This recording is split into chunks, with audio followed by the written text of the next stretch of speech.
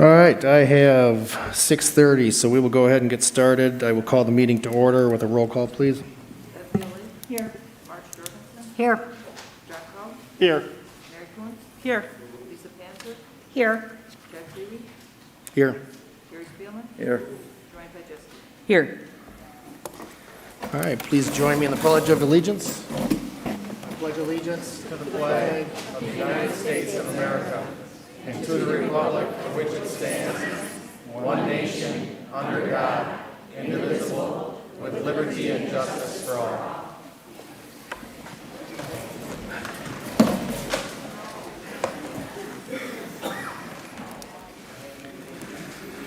All right, I want to thank you all for coming. Appreciate your involvement and attendance tonight. Also appreciate all those that are watching from home. And also appreciate the continuation of emails that we're getting on a daily basis. So thank you all for your input. Appreciate it.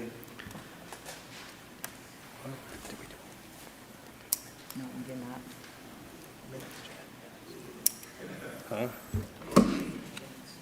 Oh, yeah. We have minutes from regular board meeting on August 9th of 21 and special meeting on August 16th and August 25th of 21.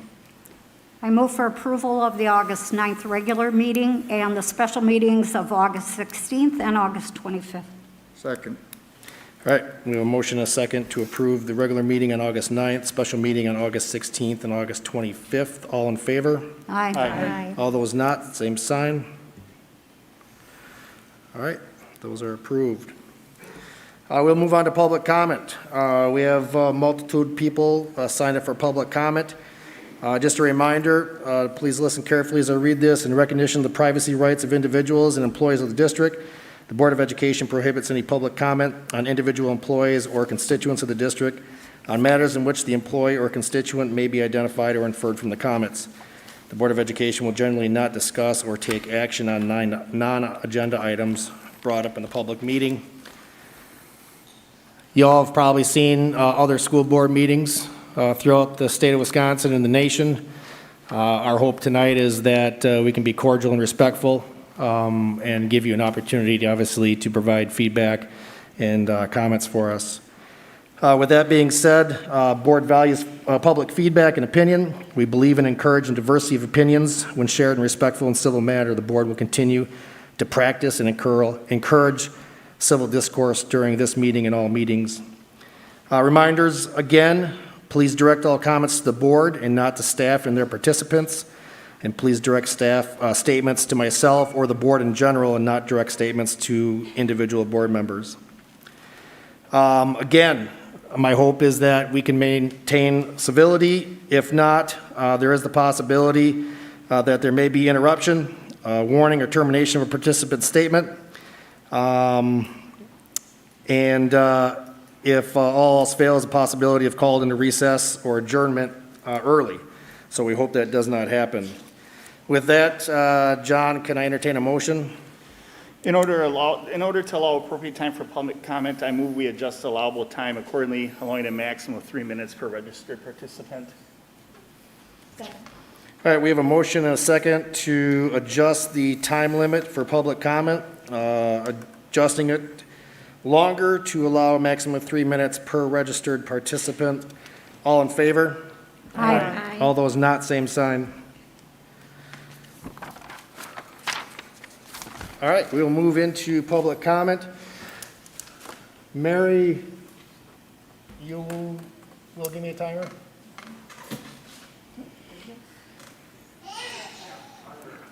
All right, good. So to stay on task, I ask you please keep your comments to 3 minutes so we can get everybody through tonight that signed up for public comment. Appreciate it. We will start out with Joel Postuma.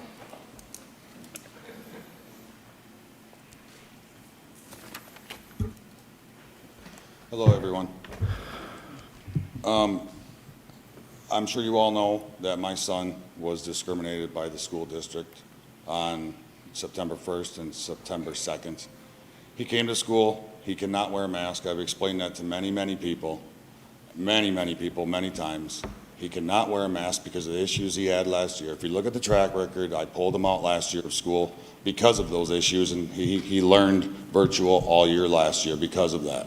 Now, this year he chose to go to school because he wanted to. He wants to be with his friends. He cannot wear a mask. He has issues with it. His face breaks out. He starts throwing up. He has issues with it. Now, after the 2 days of discriminating against my child, not even allowing him to eat lunch with the other kids when their masks were off, that's really hard for a 16-year-old and really hard for a parent to see that was allowed. And everybody just kept telling me, I'm doing my job, I'm doing my job. You know, and that's really upsetting, you know, that people would allow that to happen. If what happened to him those 2 days, I would do at my house, I would be arrested and I wouldn't have my child anymore. So I just want to say that I'm really upset, you know, with you guys going against what the people voted. You know, when you're in these positions, elected positions, you need to go with what your constituents vote and want. Put your personal beliefs besides. But I also did want to state that my son also, I just wanted to state the state law that has been violated, just in case anybody's not familiar with it. It's 118.13.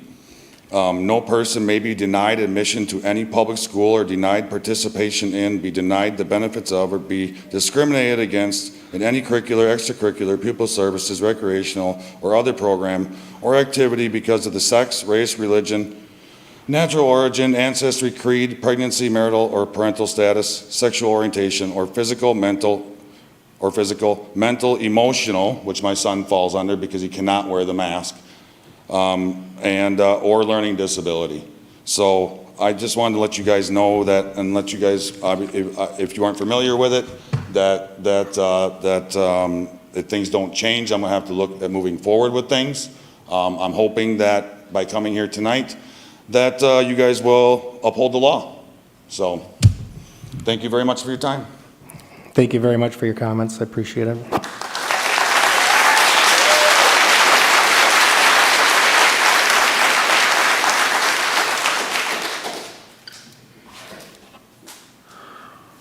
Rush Littleluler. Sorry if I screwed that up.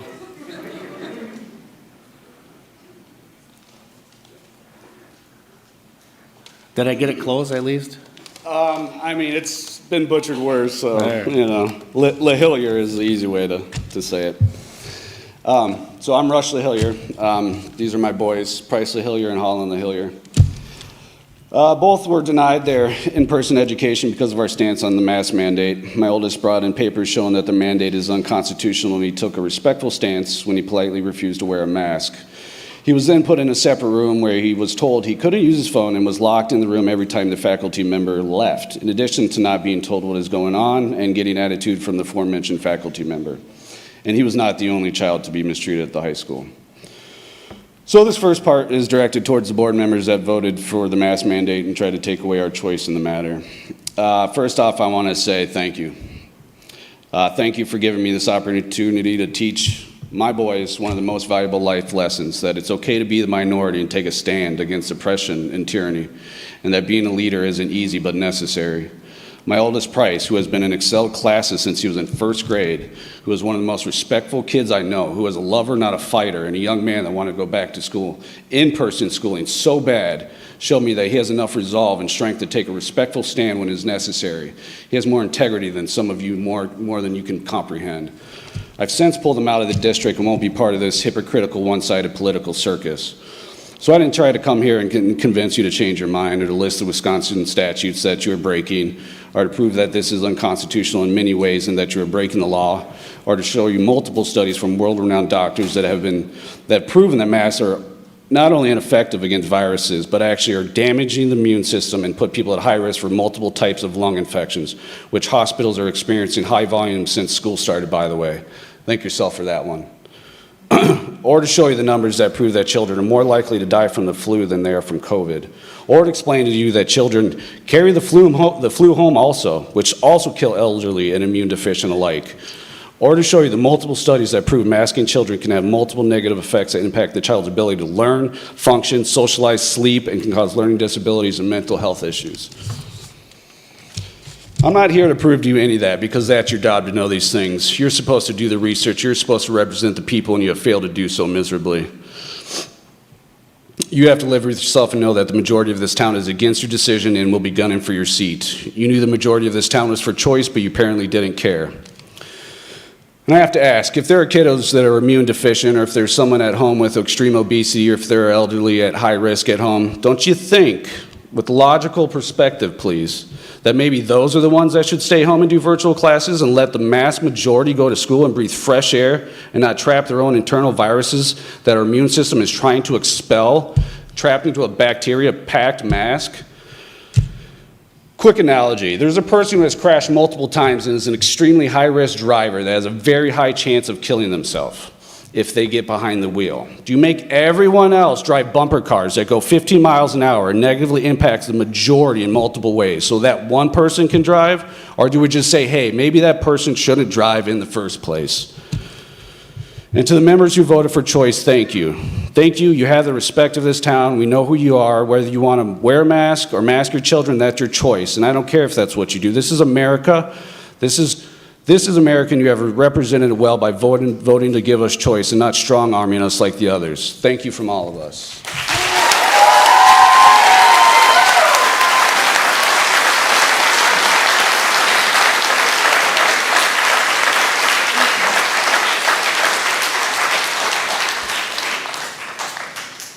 All right, Jim Kyler.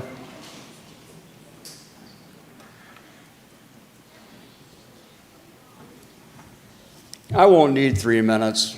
I'm going to be short and to the point. With liberty and justice for all. How many in here want choice mask? Raise your hands. That's how you should vote. There should be no other choice. You don't go that way, you should resign your seat.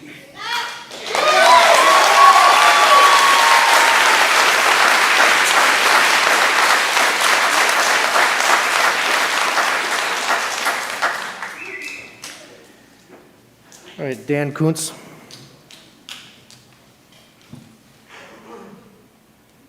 Hey, I ask that this not be counted against my time, but I have a petition with signatures I'd like to submit. I can do it later. It's up to you guys. I only have one copy, but Yeah, you just I'll hang on to it. I can get it to you. just hand it to Mr. Meyer, please. Thank you. There's over 620 odd signatures in there against the mask mandate.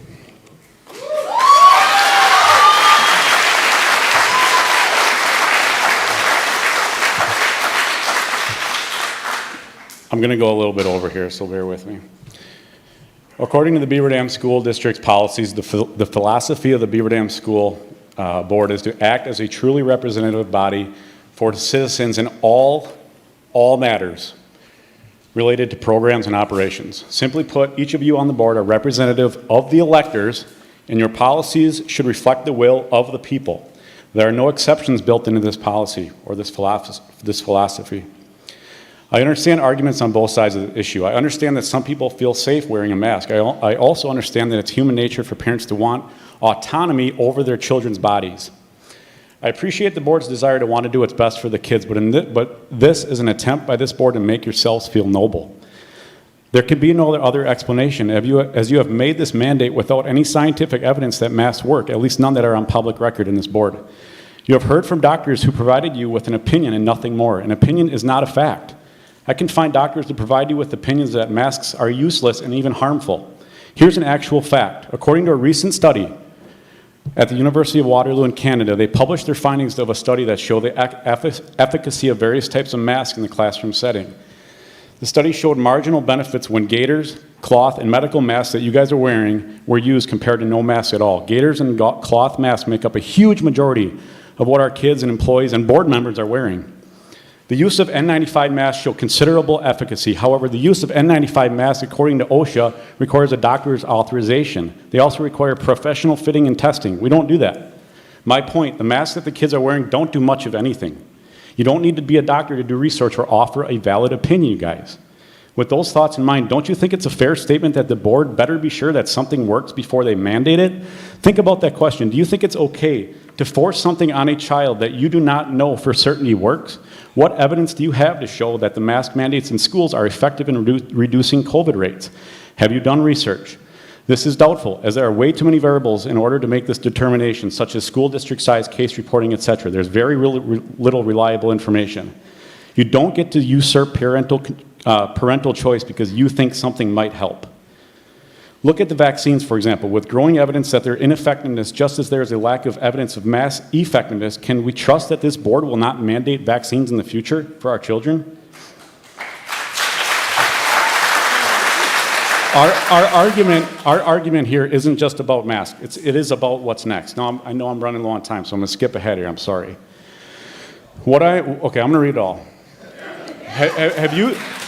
Have you thought about spending some of the $1.46 million of my money in stimulus money that was received on other options to mitigate spread? How about multiple air purifiers in each classroom? Opening up available windows? How about asking the doctors that gave you advice to provide some medically accepted suggestions like increasing vitamin D consumption, zinc supplements, exercising and eating healthy? You don't need to be a doctor to do these things. It's common sense. We need to stop looking at this virus and masks as if we are sitting in a bubble. The problems that existed before it are still around, many of which are exacerbated by masks, such as anxiety, depression, and speech issues. Again, I'm going to skip ahead, and I'm sorry to all of you that wanted me to keep reading. My son has an IEP for speech therapy. Since masks have been worn in school, his development has absolutely 100% struggled. He cannot see people in school speaking. He cannot appropriately pronounce his words under his mask. He has gotten picked on. I have asked for a medical exemption, but the massive hospital system that his doctor is part of does not authorize exemptions. It leaves me as a parent feeling helpless with zero options. Is your mandate fair to my son? Have you seen the junk in the mask when your kids go home from school in the winter? It is atrocious. The theory of public health does not override the right to choose in this choice. Finally, pursuant to an open records request, we have reviewed hundreds of emails sent to the board since August 1st. There are about 3 pro-choice emails for every 1 mandate email. That is a massive majority of people that wish to express their opinions. Doesn't the fact that a majority of your constituents want this mandate removed mean anything to you? Do you remember the board philosophy I read to you at the beginning of this speech? Please, end this mandate. Make it optional for us parents to decide what is best for our children. Don't make your decision based on emotion. Thank you.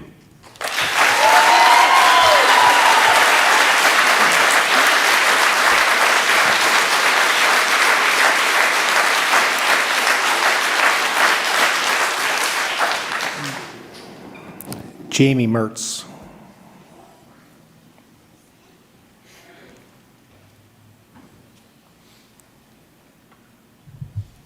Hi, I would like to know where in the Constitution it says that the government is supposed to protect my health. In school, I remember the Constitution teaching me that the government is to protect my freedoms and threats against foreign and domestic.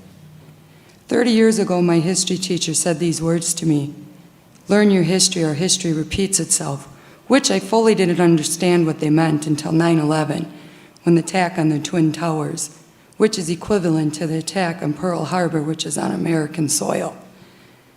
Now, fast forwarding to 2021, get your vaccination or no job. Get your COVID passport or you can't do things. Wear your mask or you can't go to school, which is equivalent to Nazi Germany, where the Jews had to wear their stars to leave their house. Thank you.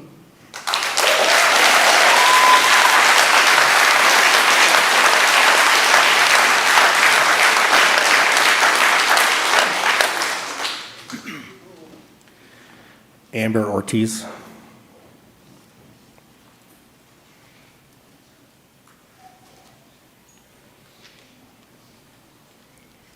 Hi, I would like to know how and why virtual learning has been a tool you guys use against these children as, how do you say it, as a punishment, truly. My daughter in the middle school has pulled her mask down several times. She has acute asthma. So no, we can't get a note or a medical exemption for it because it's not a continuous thing. But it does act up on her. And you guys have used a threat of contacting me. Excuse me, you told her you did contact me, and you didn't. So now you put fear into her. My children fear to go to school because they have to wear this mask that they cannot breathe in. Why? Why are you guys doing this to kids? If you truly cared about these kids, these masks would not be on their faces. They would be able to learn the correct way. You'd teach the correct curriculum.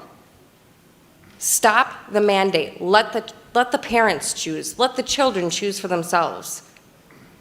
That's all I have.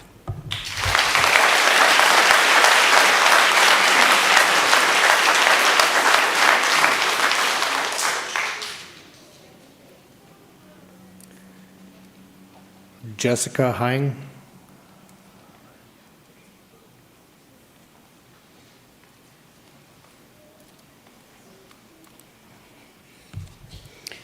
I am against our children being mandated to wear masks to attend school. The masks that are being worn in schools are less than 50% effective according to the EPA. There are warning labels on the boxes of masks stating in various ways that wearing a mask does not prevent you from becoming infected with viruses or diseases. Masks provide the most protection when worn by infected individuals to keep them from infecting others, not by being worn by healthy individuals.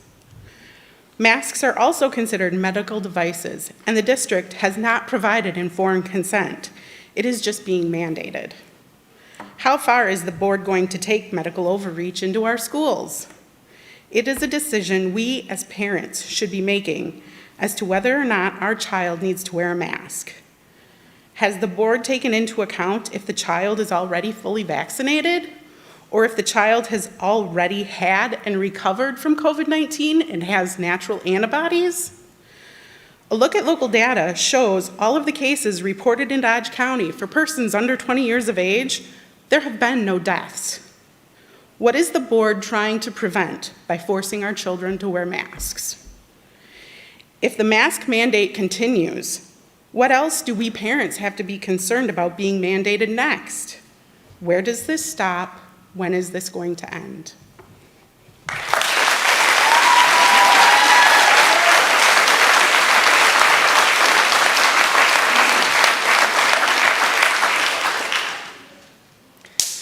Jenny Wendorf.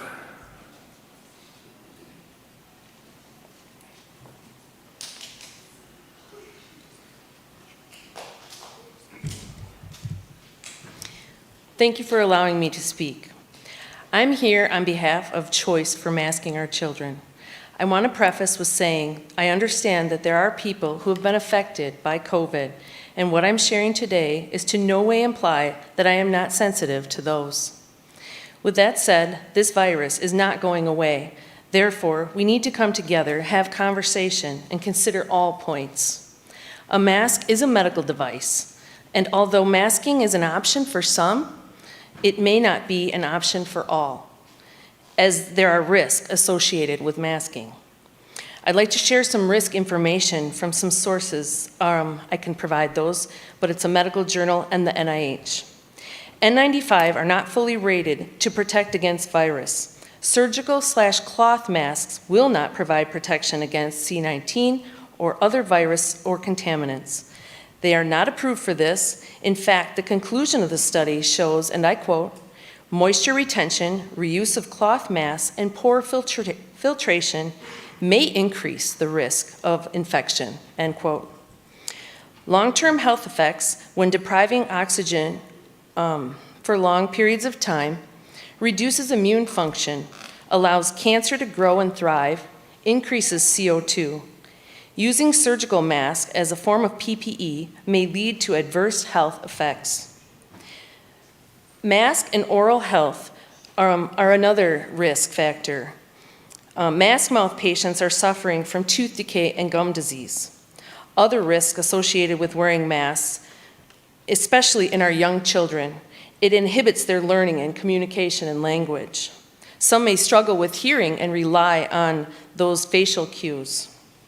There could be a number of risks. We could go on and on. There are other options I've discovered to reduce new case rates. The American Dental Association suggests oral and nasal hygiene to reduce viral load.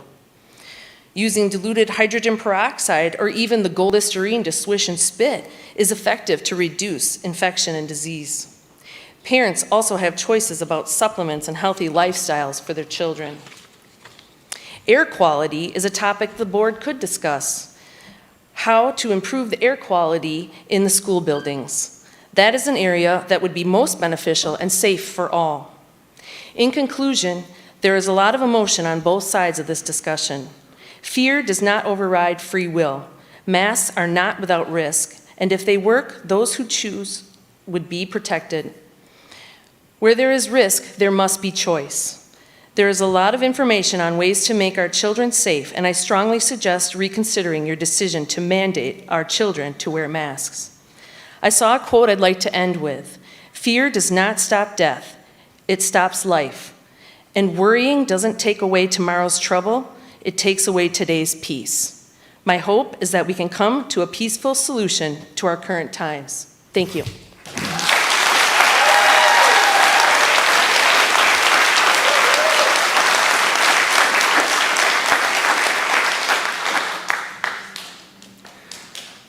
Stephanie Duckle?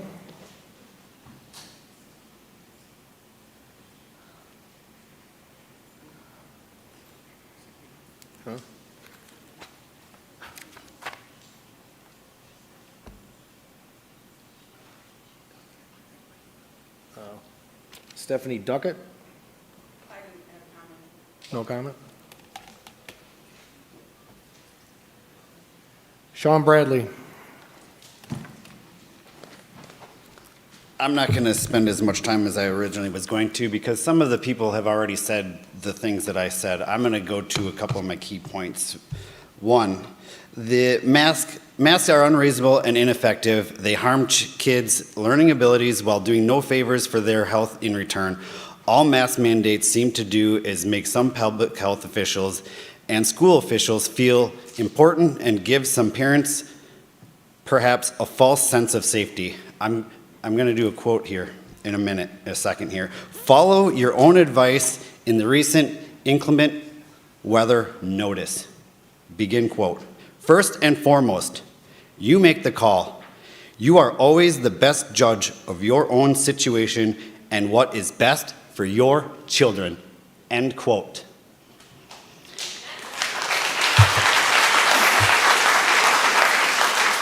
Parents should be the ones making the choice to mask or unmask their children, and the debate should be centered around data and science, not the generic and empty cliches used today. Please remove the mask mandate and let our children breathe.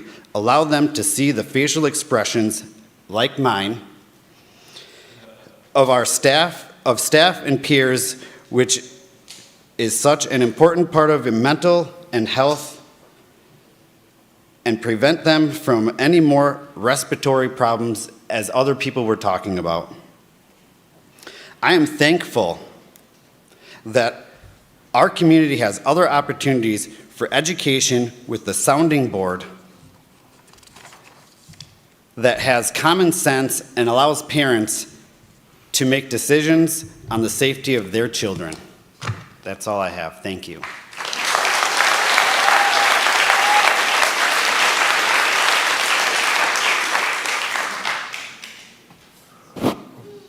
Travis Mason?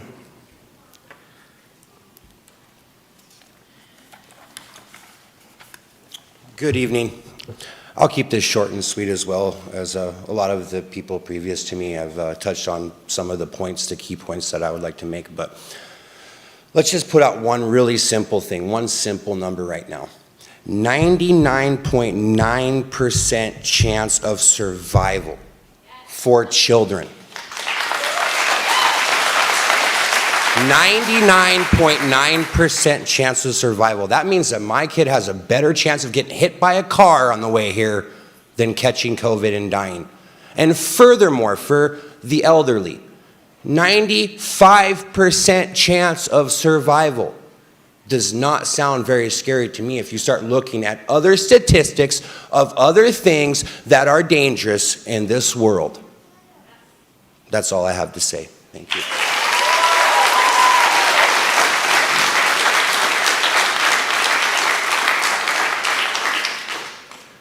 Tom Menifee.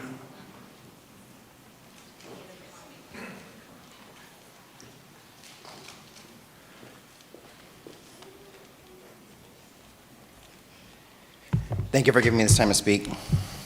I'm standing here in front of all of you and so many other people, parents and/or guardians, for the mask mandate topic. For starters, I am pro-choice for masks in schools, restaurants, stores, etc. Being born in the greatest country on the face of the planet gave me that choice. When my children were born, did you guys pay for the bill? When my children got sick, did you guys fit the bill? When they had to go to the hospital for meds, did you guys fit the bill? Do you pay for their driving lessons, school supplies, clothes? The answer to that is no. You do not. We, the parents, do. Because we take care of our children, not you. I believe it is the parent's choice if we want to mask our children or,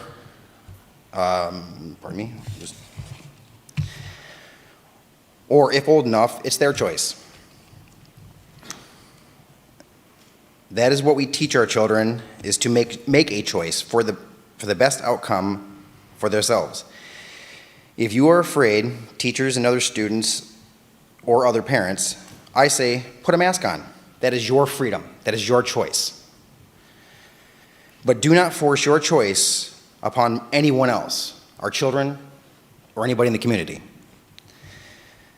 Our founding fathers didn't get along or see eye to eye, but they did make a Constitution and the Bill of Rights for the better of our country, everybody together. That made sense for all the citizens. By masking everyone, you are taking that freedom away. Do not become a tyrant at the people who pay your wages expense. We, the people.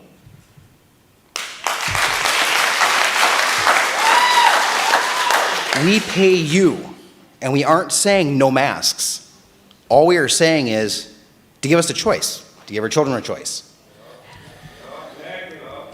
My oldest daughter has asthma, and she only had one bad asthma attack 2 years ago, and that was in gym class.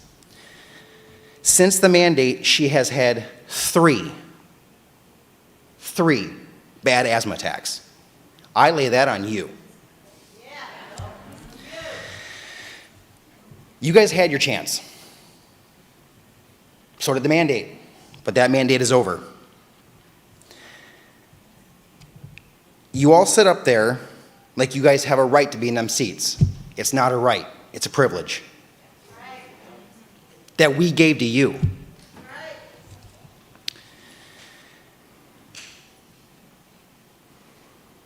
I have watched football games, baseball games, basketball games where there are hundreds, if not thousands of fans, people, players, not wearing a mask. So why are you masking our children? You have what, maximum 35 kids in one class? Forgive me if I'm wrong, maybe 22?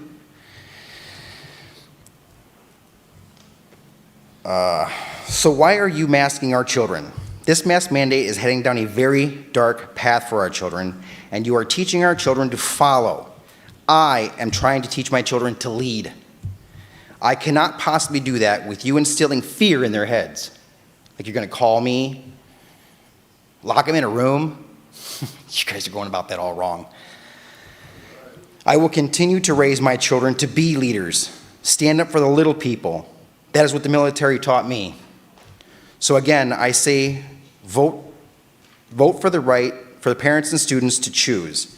I'm not saying no to masks. Just give us, the people, the parents, the children, the right to choose what is best for us and for them. Thank you for my time.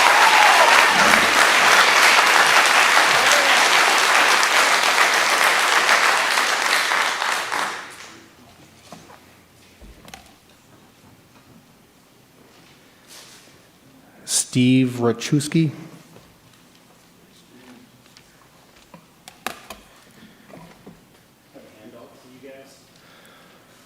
It's got COVID on it.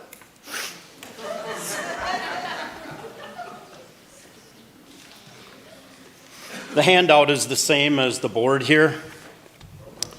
So for those of you that have seen it, but thank you for giving me the opportunity to speak. I thank God for the opportunity to live in this country and still have the possibility of free speech in some venues. So thank you for allowing us to speak here tonight. I think this handout speaks a lot for the fear that has been shoved down our throats about COVID-19. I think history is going to show that this is one of the greatest crimes on humanity, this COVID-19. We're talking about the risk to our kids. And I know that some of you have made the choice for this mandate to vote for it because you think you're doing the right thing. You think you're protecting our kids. But that's our job, not yours. We should have the choice. Our kids should have the choice. This COVID-19, we've had 18 months of forensic evidence to look back at everything that's been going on and to watch this radical group of tyrants trying to shove everything down our throats. I would hope that it hasn't gotten down to the local level, but this mandate, in my opinion, is proof that it's overreached into an arena where you're starting to see a tidal wave of free people saying, that's more than enough. That's enough. This has got to stop. It's enough.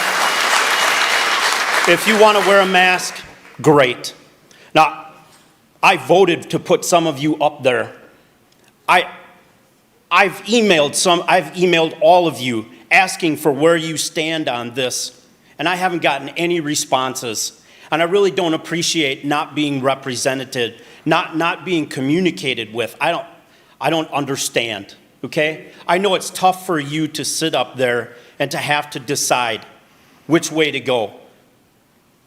It's not easy when you have the teachers' union that has become a weapon of this radical group.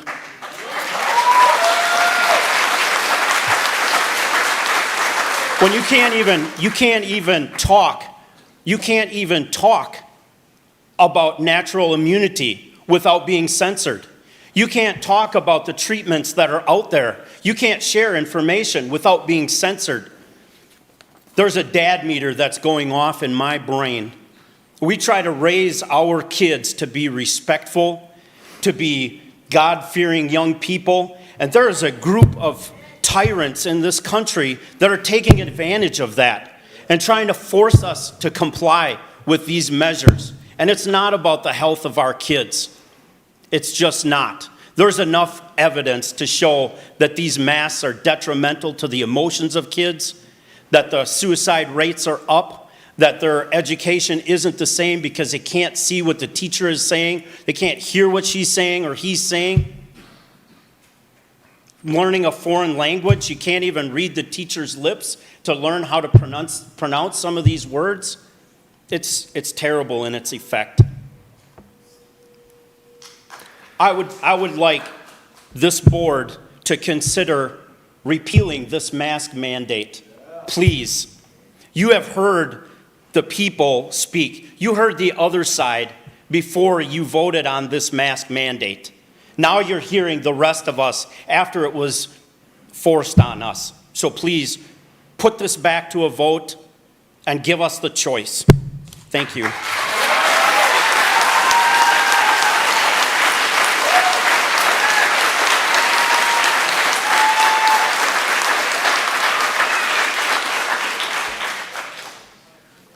Chris French.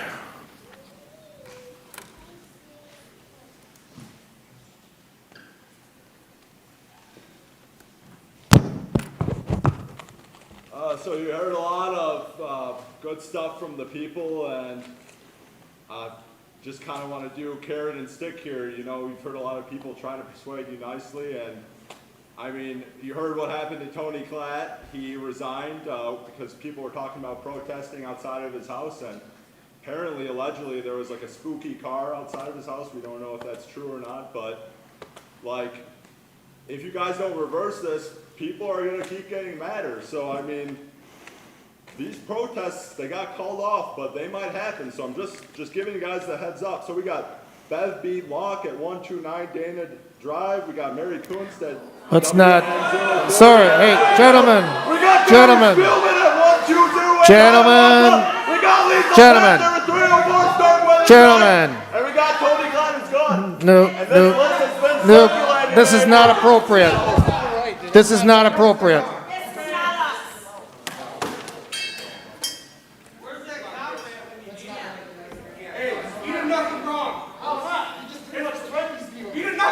Hey,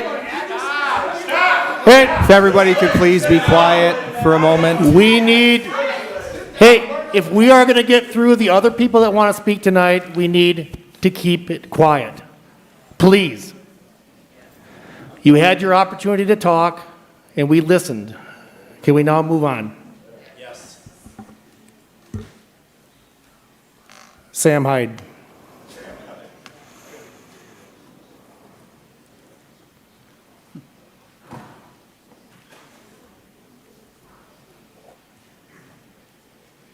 Hey guys.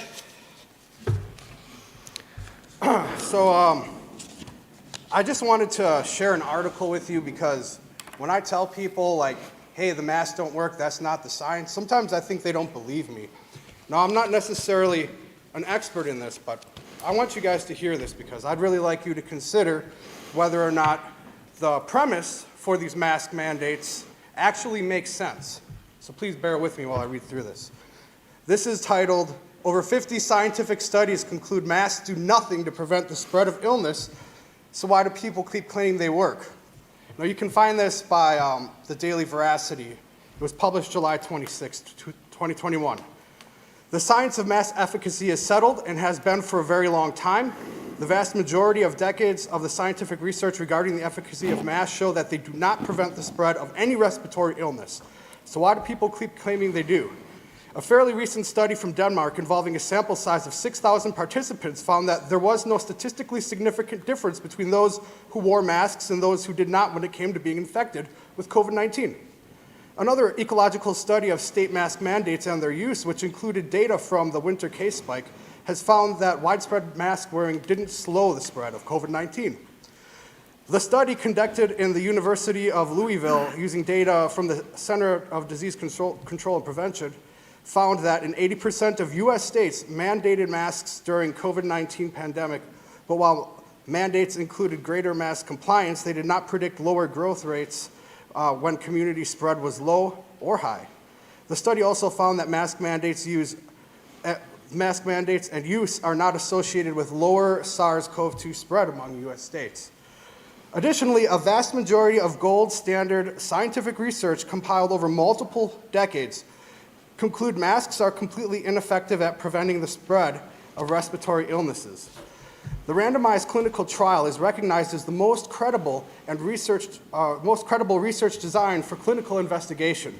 The goal of RCT is to achieve a valid comparison of the effects of an investigational treatment or treatments with the control, treatment, and standard of care in the target patient population. Bias can be reduced by concealing the randomization sequence from the... So I'm on 30 seconds, so I'm just going to let you guys read this. I don't know if I can give this to you or what the policy is, but I'd please like you... You can give it to Rob there, please. Thank you, sir. Yeah, please, guys, read this. I think that the problem here is the premise. People believe that the masks work. I don't think they do. And I have a lot of people besides me, because I'm not a doctor, but there's a lot of people who, very credible people, who refute that. So I also want to just kind of mention quickly, we call it public health policy, so why don't we put the public back in public health? Thank you, guys.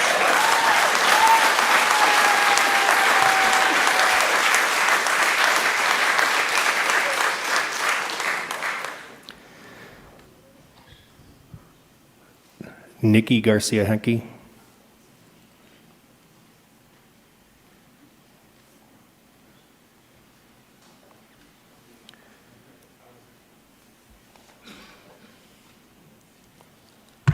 Good evening. I would like to start by saying that I'm here to stand up for staff, parents, and our children to make their own choice when it comes to masks. Masks are for the sick, not the healthy. I am still baffled by the mask mandate and how it did not go into effect for 2 weeks after your vote. Yet in that 2-week period of time, there were literally hundreds of people in our facilities. Staff, students, families of all kinds, even the night before school started. Where did those germs go? Did COVID not become a danger again until school was in session? Not to mention how many of you that voted for this mandate were not even wearing masks while casting your vote. Or giving your opinions, which should have been completely left out of your votes in the first place. Because you aren't here, been left out of your votes in the first place because aren't you here for the children and the district, not yourselves? Then let's not forget that the survey that went out that was completed by staff and parents to get their input previous to the vote on what they would like to see happen for themselves and children's for this school year, which was a 60-40 split, correct? Did we also not take into consideration of what surrounding communities were doing? Because a majority of them, if not all of them, I believe, in Dodge County have no mandate. And what happened to the mask breaks or even the enforcement of masks that are happening? You kick kids out of school the first couple days and then what? Why is that okay to wear a mask on your chin and hanging off of your ear right here at the high school, but it's not okay to not wear one at all? What about the children with special needs, sensory issues, mental health issues, speech and hearing problems? Do they not matter? We continue to hear about nothing but horror stories from this school year of how each school in our district is treating these situations, and it is embarrassing and ridiculous. Mask inspections, are you kidding me? Those staff members should be ashamed of themselves and reprimanded.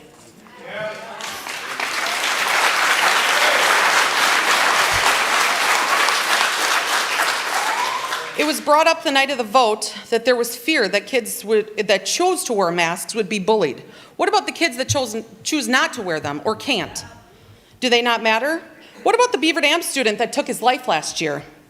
Because all of these mandates and what COVID had done to him, does he not matter? Let's not forget about the child that couldn't get the help that same child that couldn't get the help that he needed in our community, in our district, all because of COVID, restrictions, and mandates. When will these kids' mental health matter? Or should we continue to muzzle them and have them deteriorate mentally and emotionally? Who will take responsibility for any of this? I have heard ranting and raving over the mental health grants that we've received. How's that helping? Then we have a board member resign over threats, supposed threats, and not feeling safe. I am sorry, but this same person felt crucified from his actions of not wearing a mask out in public in another state just last week. That wound up on Facebook. Crucified is the word that he used. Are you kidding me? He is a hypocrite and cannot take the wrath of his own actions because he preaches otherwise, plain and simple. Stop treating our kids like they're all sick when they are not. These mandates all over are what have caused these issues in our children, not COVID. We risk life every day with waking up. I don't know about any of you, but I believe in the Lord Jesus Christ. Amen. And when he calls me home, whenever that is, it is my time. I refuse to live in fear of whatever the media may be pushing on us day by day. Live life, enjoy your life, and let our kids be kids.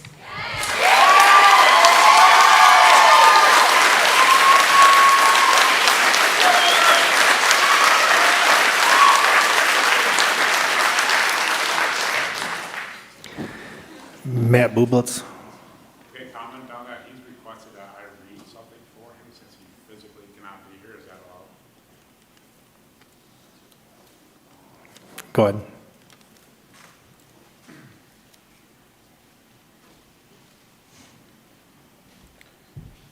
Thank you for letting me do that.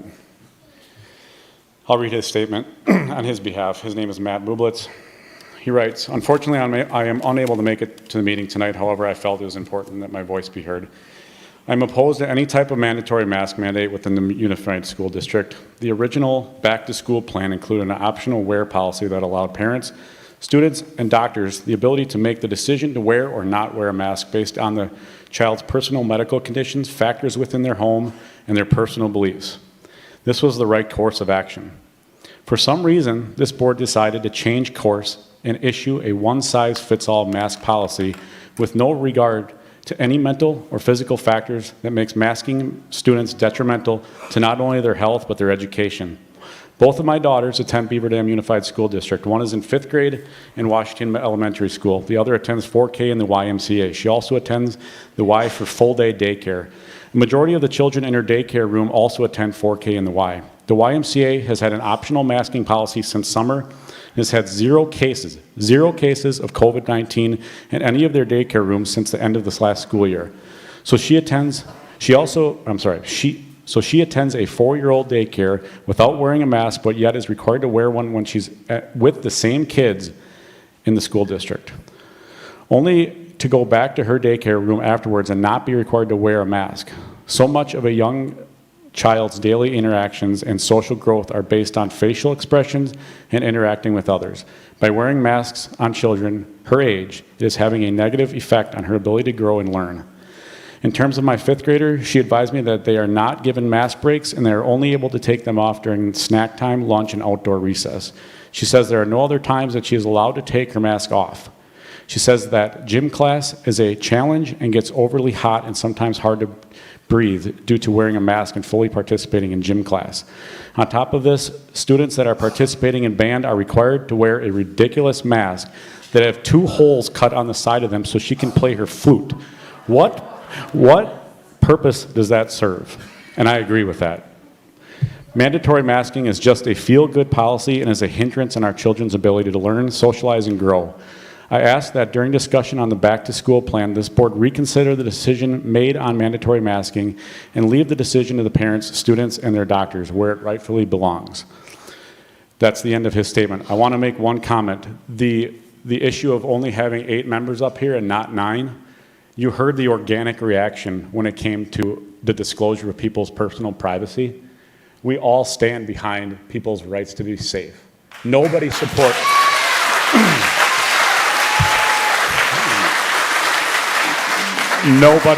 Nobody supports harassment. Thank you.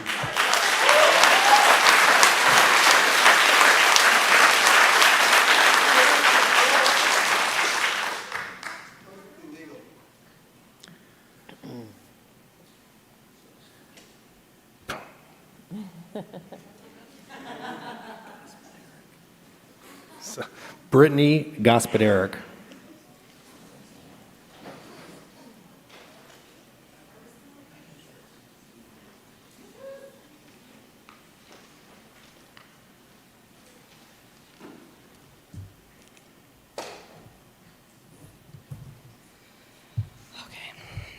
I would like to start by acknowledging that COVID is real and it is not going away. With that said, the medical overreach by the school board is outrageous. I am a registered nurse in the state of Wisconsin, and I am proudly speaking on behalf of many other nurses, medical professionals, including providers who are against mask mandates. I'm here to support our Beaver Dam parents to make choices for their children, not the school board.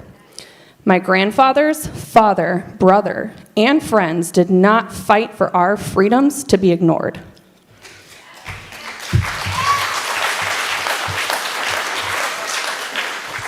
I'm here to present some data. It'll be short and sweet. Children and teen illness-related deaths in the United States, 2020 to 2021, from the CDC website as of September 15th, 2021. Deaths involving COVID in people 0 to 17, 439 in the United States. 439. Deaths involving flu and pneumonia in the United States, 1,137. Unfortunately, people die, and I'm not here to make light of that, but it's reality, and living comes with risks of all kinds. And I'd like to end it with deaths 0 to 17 years of age, Wisconsin-related COVID, 1. Thank you.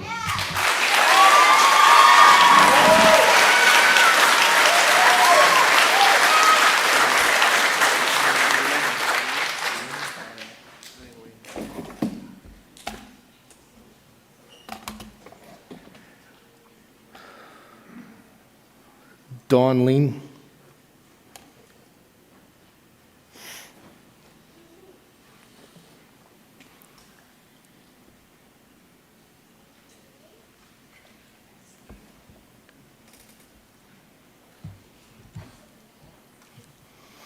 I read something today from one of the board members. Pull the mic down, please.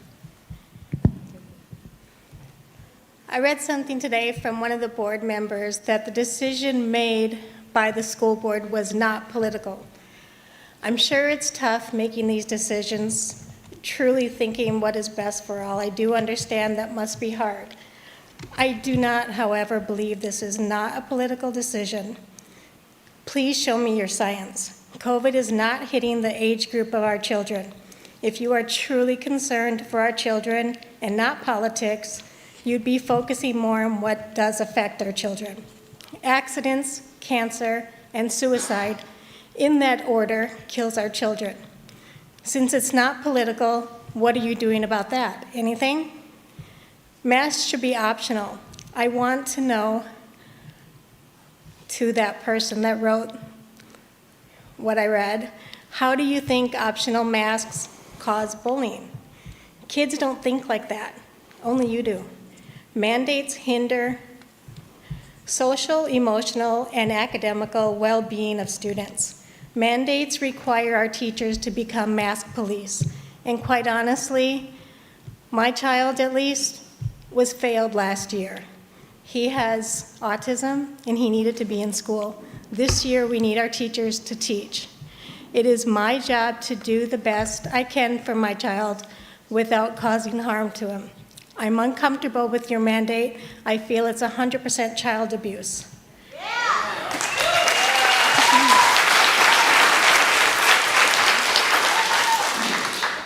Our county is not under a mask mandate. Why are you?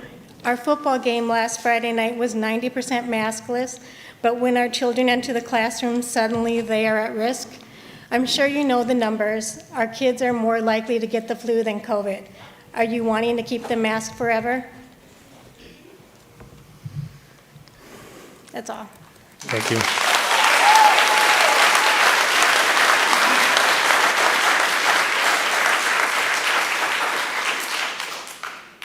Derek Gordon.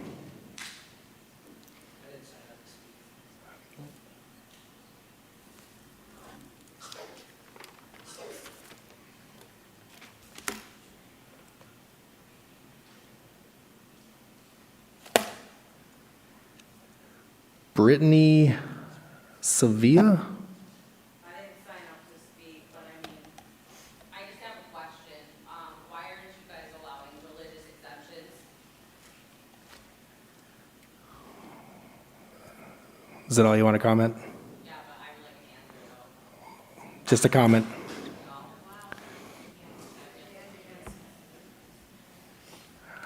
All right, we'll move on to Tracy Steedsma.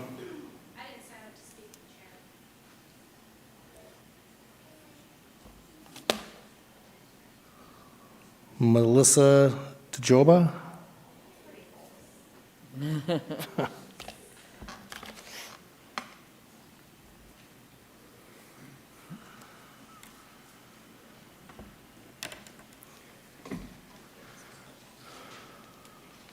I also have a handout for the board.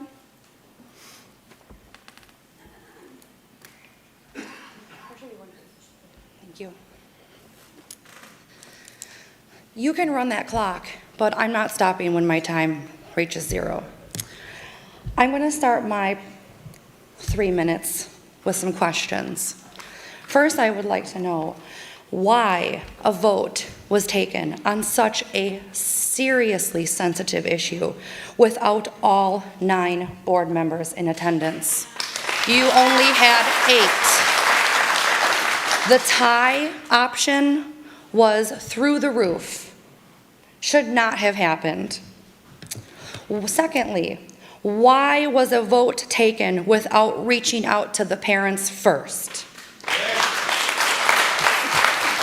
How easy is it for you as a school board to send out a survey? I think in the 2019 or 2020-21 school year, I answered a half a dozen surveys via email. How quickly are those to be sent out?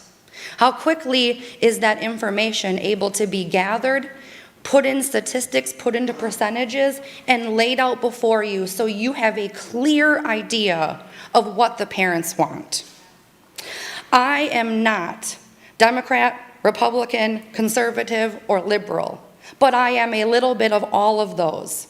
So I am the perfect example of how this issue to me is not political. You said in the second August school board meeting, Chad, that you had approximately 190 emails come in the 2 weeks between this one meeting and the next meeting. And if I remember correctly, during that meeting, you said it was a 60-40 split. I'm telling you that a simple Facebook chatter post in 2 hours gained 88 comments, which is half of what you gained in twice the amount, or in way more than twice the amount of time. Of the 88 votes, 1 person was undecided. 14 were in favor of the mandate. 73 were in favor of the option, which turns out to be 83%. I like numbers. I'm a statistic person. Numbers can often be misconstrued. You have research that says this, research that says that. Of the people who have spoken before you today, 100% are optional. And that is not a statistic that you can ignore. 100% of the people who have come before me speaking today want this to be optional. I am also going to report that my son has been asked every single day if he has gotten a mask break, and he goes to Jefferson Elementary School, and every single day he has reported that he has not received a mask break. If you care to take a look at the handout that I distributed, or that the gentleman distributed rather, I personally called every single school district in the Dodge County area, both private and public today, getting the most up-to-date information. Of the 9 public school districts in Dodge County, 8 are optional, equivaling 89%. Beaver Dam is the only one that has required. Of the 14 private schools that were called, 11 of them are optional, equivaling 79%. Only 3 of them are required, and 2 of those are in Beaver Dam. We make the call does not only apply to a weather-related announcement. And finally, my son is on a baseball team. He spent all summer long with 10 of his friends and all of their family members, traveling throughout the state of Wisconsin, participating in tournaments, staying in hotels with dozens of other teams from dozens of other cities. And we had not one COVID-related incident. Thank you.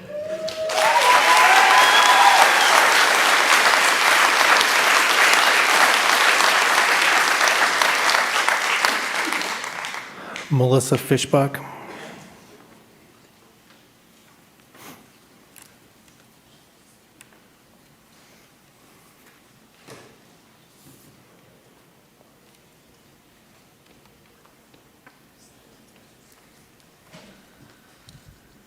Hello. I am here to speak in favor of masks being optional in our schools. I attended both board meetings in August, and I was extremely disappointed in the outcome that resulted in mandatory masks. As I emailed you as the board, I regretted not signing in to speak that night so badly, but here's my chance. I am the parent of 3 children, 2 who are currently in the elementary schools. I am also a teacher in a surrounding Dodge County area school district, which she just said, we have an optional mask policy. It's amazing. There is nothing to be afraid of. If educators do their job, have the conversations with their students, that there is to be no tolerance of any kind of bullying, it is successful. We have had no issues that I am aware of in my school, not speaking for my district, but in my school, with masks. There are children wearing them. There are teachers wearing them. There are, my aide is wearing one. There is no issue. It's a choice, and it's respected. So I am asking, we elect you as board members by the community of Beaver Dam to represent and speak for us and set aside your personal beliefs. It is time for you to stand up and do that. I'm extremely appreciative to those on the board who are and have stood up for it. I would urge you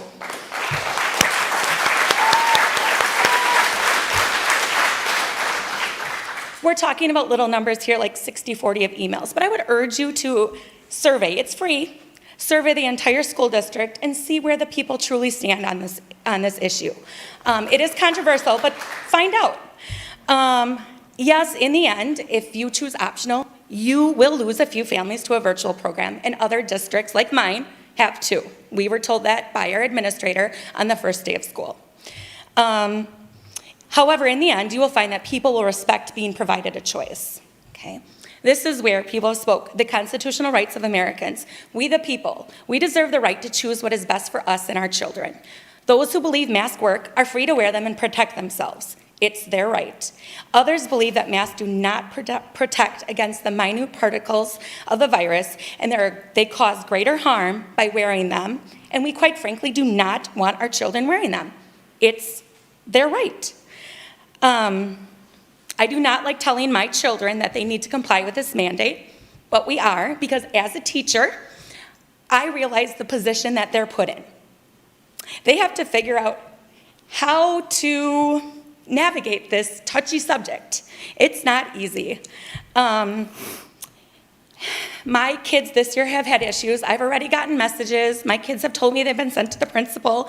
I don't know what to do. But I feel it's a waste of the teachers and the administrators' time to sit and deal with this, and it takes away from instruction.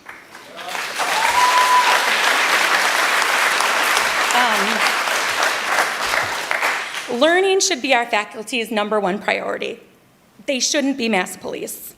So I am asking you to take a stand and stop being fed from the CDC and the mainstream media. If we continue to mandate masks and vaccines are coming in violation of our rights, the result will be that our kids, economy, schools, and the future of our freedoms will be at stake, and we'll have a chance to lose everything that our founding fathers fought for. The thought of this happening should make everyone think and question what is happening around us. So I strongly urge you to think about this mandate, seek the true science of the effectiveness of a mask protecting against a virus, and not follow the mainstream media propaganda and reverse this mandate. Thank you.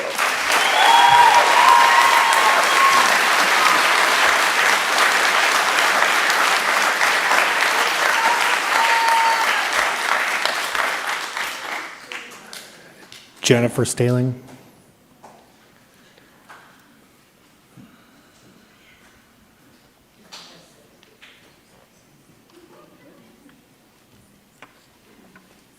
Hello, everyone. Thank you for allowing me to speak today.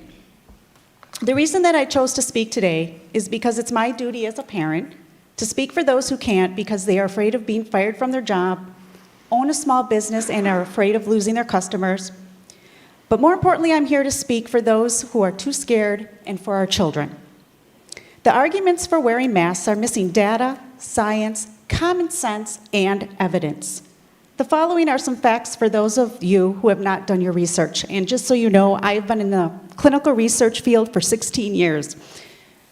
I work 8 to 12 hours a day researching, and then I go home at night and I research another 2 to 4 hours every single night. about vaccines, about COVID, so that I can learn what is going on and how to prevent things and protect others and what's best for our children. COVID poses very little risk to our kids. COVID deaths accounted for 0.673% of all deaths among children under 17, based on death certificates submitted so far to the National Center for Health Statistics. Children are at an extremely low risk from death. They face 3 to 4 times higher mortality risk from flu versus COVID, and a 10-time higher risk for suicide. I'm going to skip some of this because people already talked about it. Coronavirus does not spread asymptomatically. Thus, you should never test asymptomatic people. Hence the reason why the numbers are higher than what they should be. In addition, coronavirus has never been isolated. It's built on the number of cases of a completely faulty PCR test that has a very high false positive rate.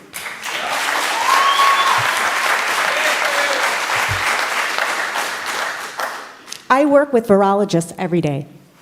Viruses are extremely small particles. They're less than 0.5 microns, and most cloth face masks may prevent inhalation of very large particles or reduce the quantity of mucus or saliva propelled by the wearer.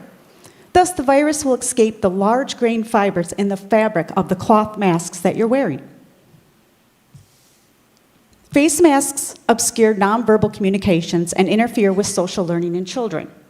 Likewise, masks can distort verbal speech and remove visual cues to the detriment of individuals with hearing loss. I lost my hearing in my left ear due to a virus years ago. Ever since that happened, I became a lip reader. If it is difficult for me to understand people with their masks on, I can't imagine how difficult it is for children. The number of deaths has not been reported accurately since the beginning of this pandemic. Dr. Ezeki, who's the director of the Illinois Department of Public Health, stated, "The case definition of people dying of COVID means at the time of death, it was a COVID positive diagnosis. If you were in hospice and already given a few weeks to live and then found out that you had COVID, guess what? COVID gets put on your death certificate as the reason for your death." Finally, Dr. Anthony Fauci, CDC and the WHO, who have not sent consistent messages from day one. In May of 2019, Fauci dismissed the idea of wearing masks to fight the spread of influenza. In March of 2020, he suggested masks provided more psychological relief than anything else. In April of 2020, he said to wear masks if you can't keep a safe distance from others when out in public. And then in January of 2021, he said wearing 2 masks is likely to be more effective against the spread of COVID-19. In my opinion, using face masks as defense from COVID-19 virus is like putting up a chain link fence to stop mosquitoes. It doesn't work. We, the people, elected you to do what is best for our children based on science, not politics. The problem is that you cannot trust science or the agencies behind the science. Therefore, you need to take the responsibility and do the research yourself. Please review all of the data and come to a conclusion based on what you have researched, not on your political views. I am not a Republican, a Democrat, or a liberal. I'm an individual who values the Constitution and rule of law. Please, I ask you to stand up for what is right and protect our children. Allow face masks to be optional. Thank you.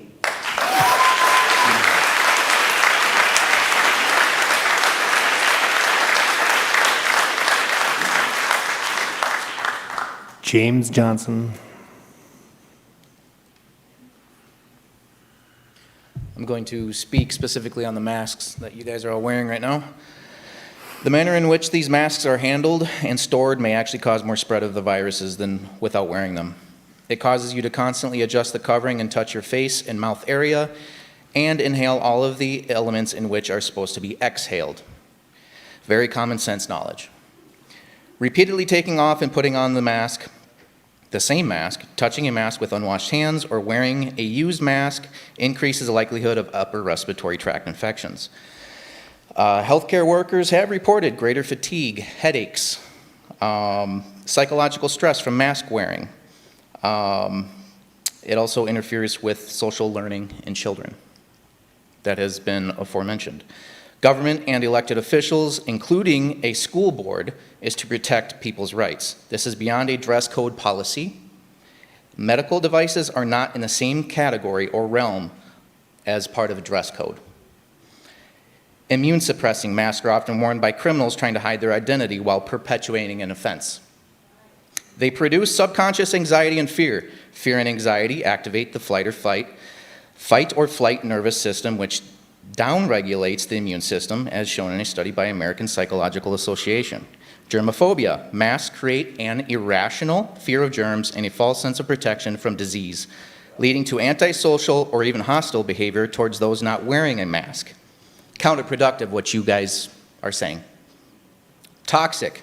Many and most of the masks and face coverings, including cloth, are made with toxic and carcinogenic chemicals, including fire retardants, fiberglass, lead, NFE, phthalates, polyfluorinated chemicals, and formaldehyde that will outgas and be inhaled by the wearer.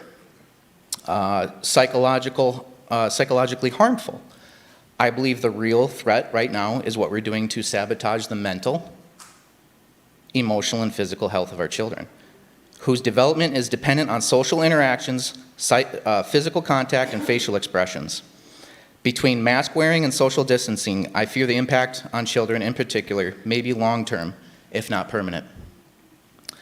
My son's mask was inspected numerous times at his school, in which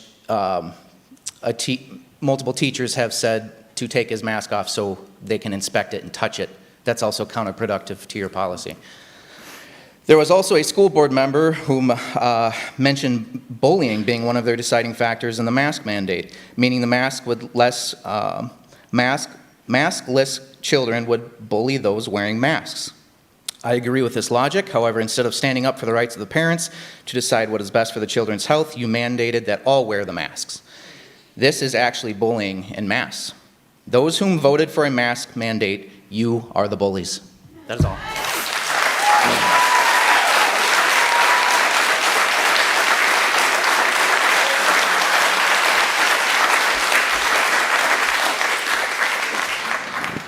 Ryan Gansky. All right, thank you.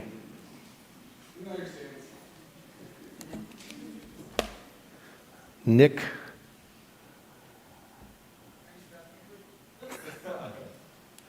Come on down.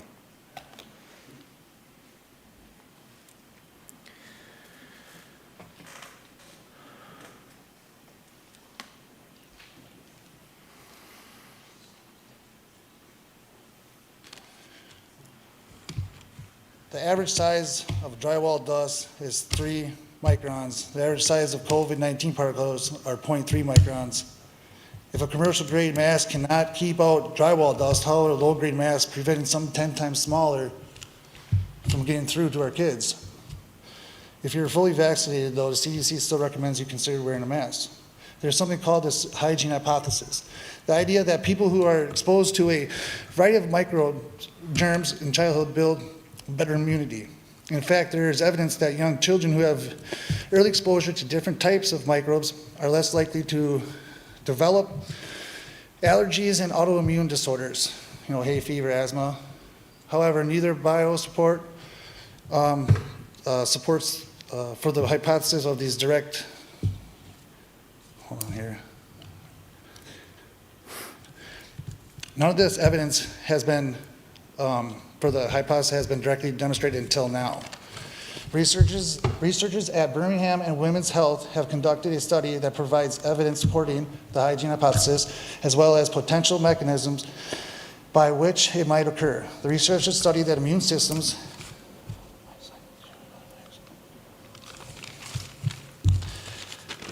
point blank period, these masks are ridiculous. All right, my son got in trouble more times last year from not wearing it than getting praised for what he's doing good in school. He got sent home one day because he was in gym class and the mask got wet.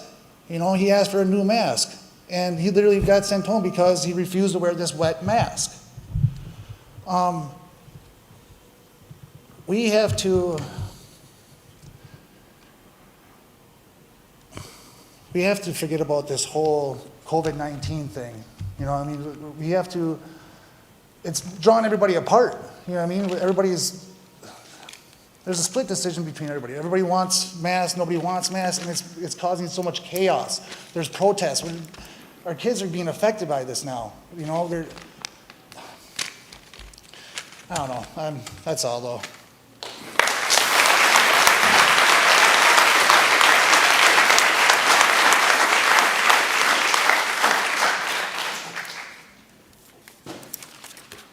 All right, that is it for public comment. I appreciate you guys respecting each other and the time limits and your opportunity to talk, so thank you very much for that. I also ask that you continue to do that, please, for the duration of the meeting as well. And with that, we will move on. On to announcements. The board may recess into closed session for Wisconsin Statute 19.85, Parent 1, Parent C, considering employment, promotion, compensation, or performance evaluation data of any... Turn your mic on. Oh, sorry. Start over. I'll start over. The board may recess into closed session per Wisconsin Statute 19.85, Parent 1, Parent C, considering employment, promotion, compensation, or performance evaluation data of any public employee over which the governmental body has jurisdiction or exercises responsibility, specifically to discuss specific employees. The board will reconvene into open session for the possible transaction of business and adjournment. Thank you, Bev. With that, we have an agenda that will look for approval. I move for approval of the agenda as printed. I'll second. Motion and a second to approve the agenda is presented. All in favor? Aye. All those not, same sign. All right, we will move on to 9.1, reports by admin, return to learn update.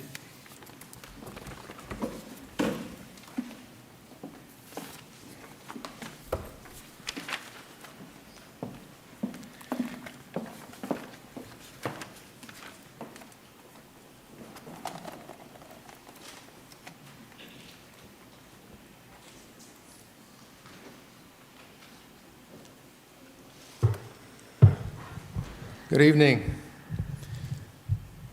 All right, a few updates for everybody this evening. The first thing I want to do, though, is cover the goals outcomes. One is an update regarding our current community metrics, and then I also want to provide you a very brief update on guidance from the CDC, American Academy of Pediatrics, and the joint stance between DHS and DPI. Also wanted to provide the board with an update on specific realities associated with the Beaver Dam Unified School District and area school districts as it relates to COVID. And then I would like to share a couple of future adjustments that I am considering and reviewing moving forward. So the first piece would be monitoring COVID-19 and our community metrics. So again, continue to have regular meetings with the Department of Health of Dodge County. This includes all area superintendents as well, part of that conversation. Currently, right now, they are reporting at phase 3, although I'm sure some of you have seen on the report metrics that they have cases, care, and contact tracing identified in the red. Just a note, the Department of Health Services surveillance reporting system, surveillance team is reporting that they're having issues with data lag. So some of the data that I'm going to share is as accurate as I was able to access today. I usually like to get the most accurate information from the board, but because they said that there is some data lag, I just want to qualify that. It might not be completely perfect. The only thing that I can speak of that will be, I believe, very accurate is the update regarding our districts numbers that we know of, as well as some other districts. But as of right now, what's being reported, total confirmed in our district boundary over the last 7 days is 77 cases. The positive 7-day average, again, for the district boundary, that is not the district proper. It's not the staff and the students. It's the boundary area, so that would include general persons in the public, is 11.0. Just for context, in August, it was 3. To note, 79% of cases are 20 plus years of age. That's just an update because when I last spoke with the board, I indicated that it was around 90% of cases are 20 plus years of age. Hospitalization trajectory, they did add an additional metric, which is hospitalization ICU. So the base trajectory was listed as growing, which is what it was when we previously spoke. The ICU metric indicates no specific change, and that is again for the South Central region of hospitals. So this is the most updated chart that shows COVID activity in the county. Again, so you see on the far right, this was as of today. No, it was as of Friday. That was the date that was published when I pulled it today. And you can see the numbers would suggest kind of where the numbers were at for us really in October of last year.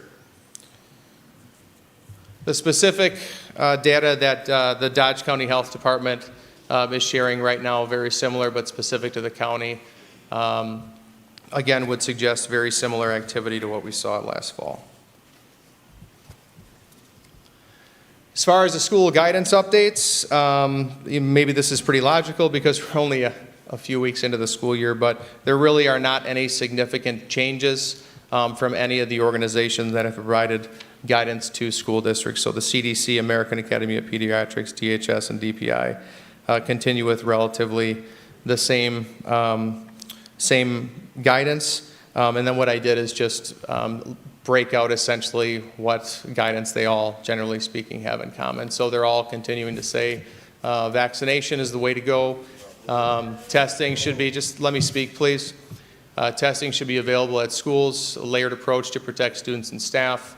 Masking over the age of 2, improved ventilation where possible, targeted cleaning and hygiene efforts. Symptomatic individuals should stay home and monitor the effectiveness of approaches and adjust as needed.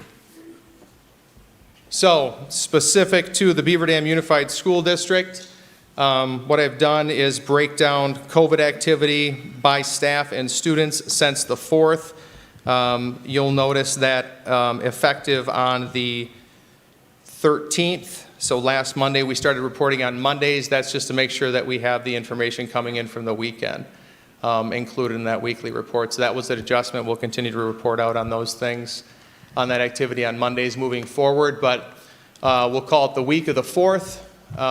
We had 4 staff, 7 students, which is 0.333% of our staff and students are total impacted. On the 10th, we had 1 staff member and 9 students that were confirmed positive, which was 0.26%. On the 13th, 3 staff and 13 students, 0.42%. And on the 20th, 2 staff and 19 students, 0.56%. So just some other context I wanted to share regarding the other Dodge County school districts and COVID activity. Now, I speak with these people on a regular basis. All the districts that I'm aware of do have a COVID dashboard, so the public is able to look at those things on their own. I was able to get the most accurate information today from those districts, but I am not going to reference their specific names. I just use different examples because I don't know if they've had a chance to publish that for their public. The districts that are listed with an asterisk, I will tell you, would be districts that are in Dodge County or touch Dodge County that would have a more similar size to us. And as we know, their COVID protocol is a little bit different. So one district has 5 staff and 40 students. Another had 7 staff and 27 students, 2 staff and 15, 1 staff and 4, 2 staff and 27 students. So a little bit all over the board. Again, the size of their districts may be different. There's a couple districts that are a little bit more similar to us. But generally speaking, not too far afield from some of the experiences that we're having in our district. So for myself, future adjustments that I'm considering would be around some of the logistics and how we operate, so improving our distancing opportunities during times of congregation. I think as a general practice, we can do a better job with that. As you heard from some folks, there is likely some mask break opportunity, inconsistencies or otherwise, that we need to be able to address and shore up. I would like to consider adjusting mask requirements to move from required to recommended with students participating in intense physical activity like the field of competition. What we have seen and do see from some other districts that are also requiring masking is that during times of competition, they are not required to wear those, even if indoors. And from some conversations that I've had with those folks, they have not seen much of an issue with that specifically. So again, I'm talking about future adjustments that I'm considering right now. And then again, continuing to monitor trend data closely in consideration of high school masking requirements in particular. That's where I'm at. Any questions, comments, or discussion from the board?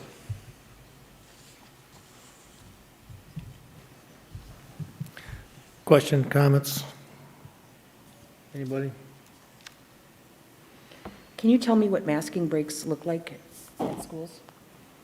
What they look like? Yeah, what does that mean? Are they going outside? Are they? Well, in some cases they would be. So I think one of our guests that spoke referenced the fact that, you know, quote, the only breaks that they have might be like at recess or otherwise, but other breaks might include something during the day. That's going to depend on the classroom and the setting. What I'm hearing is, I think on nice days at the secondary level, that can look very different, be very flexible, be easy to do. I think what I'm hearing a little bit is some inconsistencies, and I don't think that they're intentional. I think our teachers are doing an outstanding job. They're doing the absolute best that they can, but navigating what that looks like. So I'll take the ownership of that with our administrative team, and we'll try to provide a little bit more direction and support for our teachers. Other questions, comments? All right, Mark, thank you.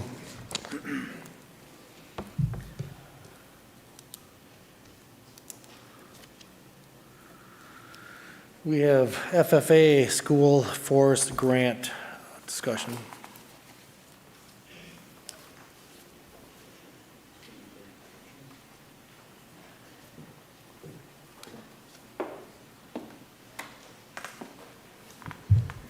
Before we do this, I just asked Mr.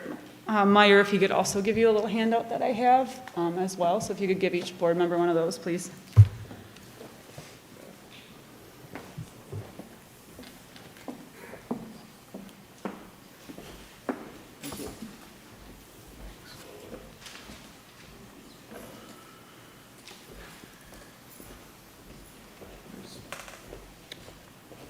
If you recall, on December 14th of 2020, you did approve a donation by the Gall family, and part of that donation was to build what we were referring to as an arboretum, as I just handed you that map, I guess, right behind that tree.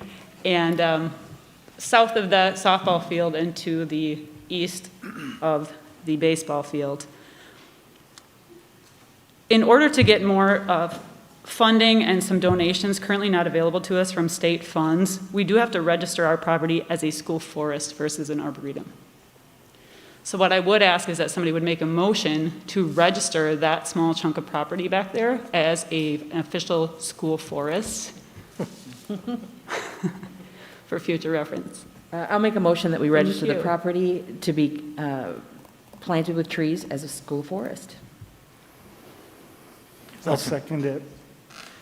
All right, we have a motion and a section, or we have a motion and a second to call it a school forest. All those in favor? Aye. All those not, same sign. All right, Thank you very much. you have a school forest. Thank you.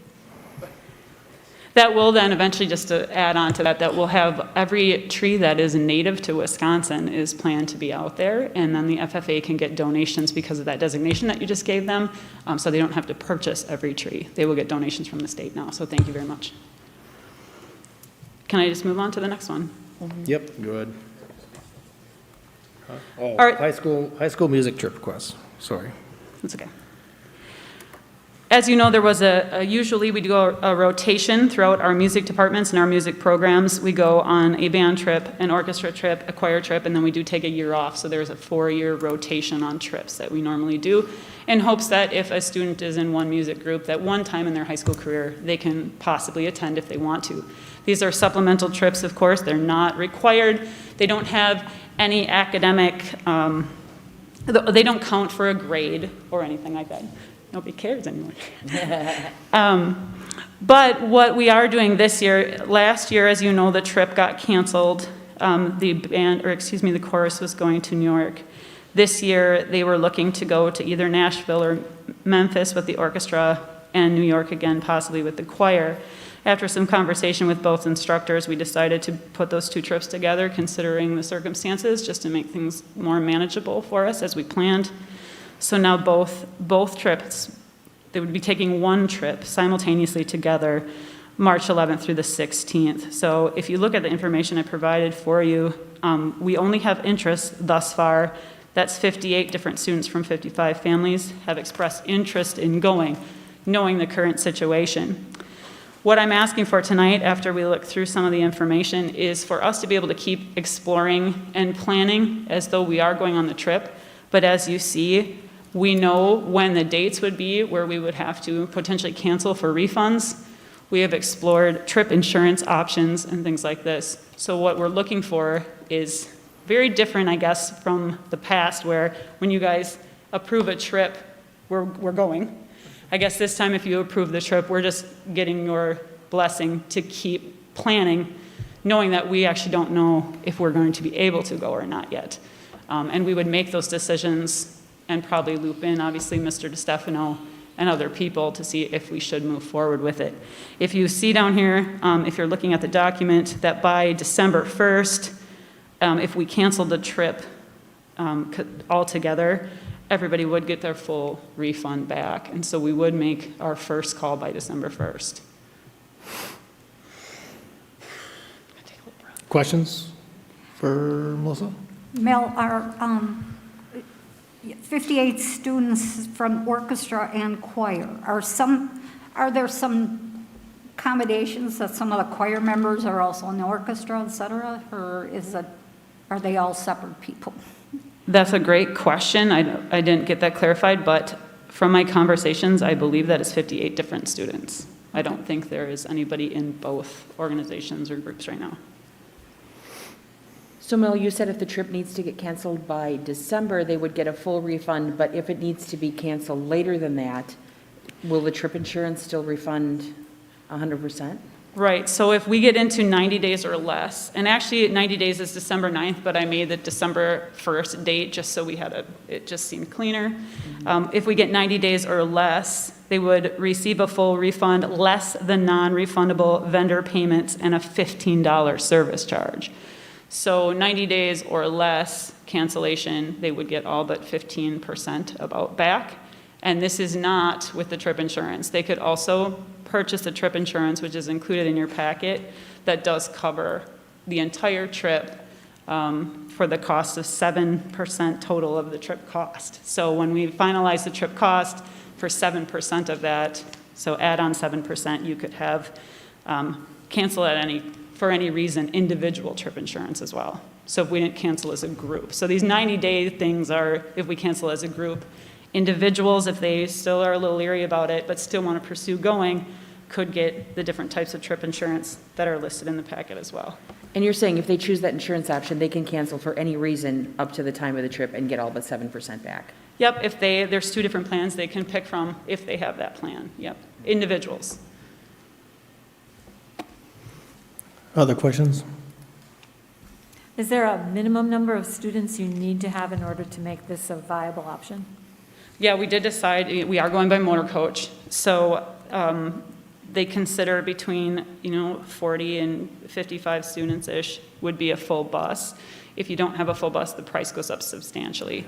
So we were thinking around that number. If we go further in this process and less than the 58, much less than the 58 students decide not to go, then we would probably wait and hold off and either move it to next year, because it would be a gap year next year, or just jump back into our cycle and they would just miss their opportunity. If it does matter to you, I did count the seniors. There are 14 seniors of those 58, if that is at all part of your decision.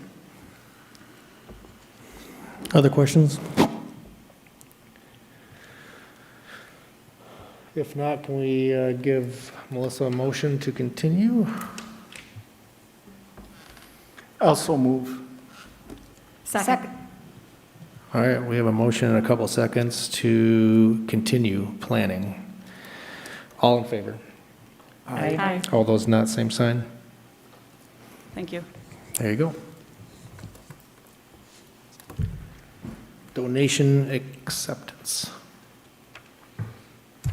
I would just like to ask why there has not been a possible action on 9.1 return to learning update or. So public comment is closed. I understand that All of public your- content, all of I your- understand that public comment is closed, but I just watched two actions, possible actions on your thing, and there was no possible action even entertained by this school board, and that should be something that's entertained. So I'm asking someone to make a motion to look at the mask optional mandate.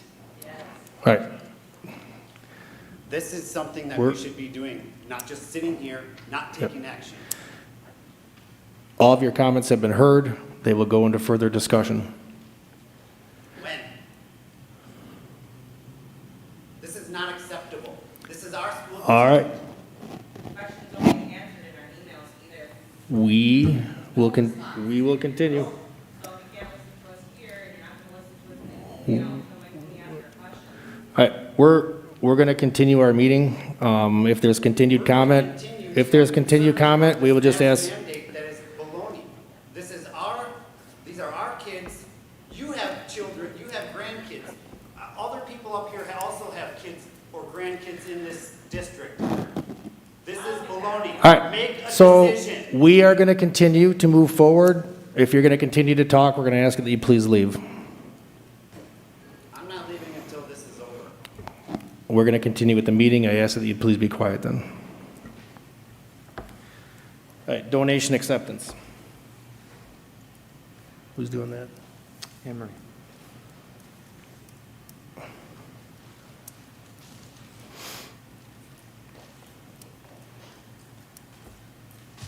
All right, tonight I am pleased to present a donation for the board's approval. The donation is from Reed Chrysler Dodge Jeep in the amount of $2,500. It is to be used at the discretion of the administration to support student service groups and organizations that are involved in providing community outreach. So examples of that could be Key Club or NHS at the high school or the Builders Club from the middle school. Questions for Anne Marie? Motion to accept. Have a second? Second. All right, motion and a second to accept the $2,500 donation. All in favor? Aye. All those not, same sign? All right, there you go. Thanks, Anne Marie. All right, snow removal contracts, 21-22.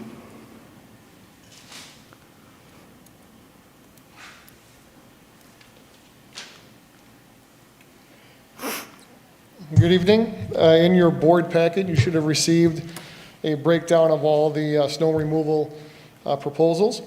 I would recommend that we go with Griswold Excavating, who we had last year. If there's any questions from the board. Questions on the snow removal? Just a quick question, Pete. We'd be looking at them doing everything, the sidewalks and the playgrounds and... Correct, that's a change from last year, because last year we broke it up by sidewalk, by playground, it's all in one now. Well, of course, my guys, also maintenance guys, do some things around the high school and Prairie View, but they would do everything all in one bid, correct? Okay. So is that just the way the bids worked out? I mean, I know in the past years we've discussed that, and it was a problem for them to be for one group to be everywhere, but you feel confident that they can do this in a timely manner? Absolutely. Okay. I make a motion, we accept the accept the bid from Griswold for snow removal. Second. All right, we have a motion, a second, to accept the bid for Griswold for snow removal. We'll need a roll call vote. Yes. I abstain. Yes. Yes. Yes. Yes. Yes. Yes. All right, there you go. Thank you. Recognitions. Anybody have any recognitions they'd like to share?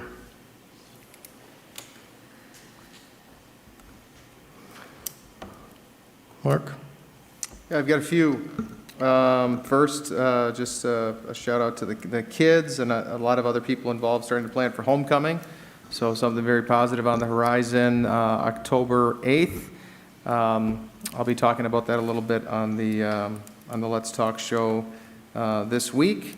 Once I learn a little bit more about it, that's my fault that I don't know all the details, but I can tell you the game's on the 8th and the dance is on the 9th of October. I need a head nod. That's a head nod, right? All right. So that's accurate, but it's an exciting time, and a lot of fun planning goes around that, so excited for that. I also just want to thank all of our staff and the administrative team for the work that they've done to start the school year. There's a lot of different things going on, all aligned towards student growth and achievement and our district strategic actions, but that is it's a lot of work to kick off the school year, and we certainly know that there's been some challenges to navigate, so hats off to them. And then there was a gentleman that I respect very much. He had made a comment, referenced unions came up. I just want to thank our BDA, our association. They have not in any way generated any pressure one way or another as it relates to the topic that was discussed a lot at public comment. So our association has been very balanced in their perspective and very supportive of the direction that the school board and the administration take regardless of where it lands. Thank you. All right, we'll move on to reports for the board, starting out with operations. The Operations Committee did not meet. We will be meeting next week following the Teaching and Learning Committee meeting. All right, and then on to teaching and learning. Teaching and Learning also did not meet. We are meeting next Monday, the 27th at 5:30. All right, thank you for that. School success plan. So August 16th, the board conducted a workshop in which the board and administration reviewed school success plans. There was a review of core strategic and strategic objectives, core strategies and strategic objectives. There was a review of district strategic actions. And then following that, each of the schools went in and discussed their main three goals and a brief of their school success plan components. From there, there was a discussion. The discussion was very informative, really laid the foundation for what and how each school will define success related to their individual plans. The next steps will be for the staff to create student learning objectives that aligns with those school success plans. Student progress will be monitored frequently in repeated cycles, and we will get an update mid-year, approximately February board meeting. Any other board members have any comments related to school success plan workshop? I just wanted to thank all the administrators for the effort put in to describe their own school and what they were looking at and how we're going to be proceeding to create successful options for our students.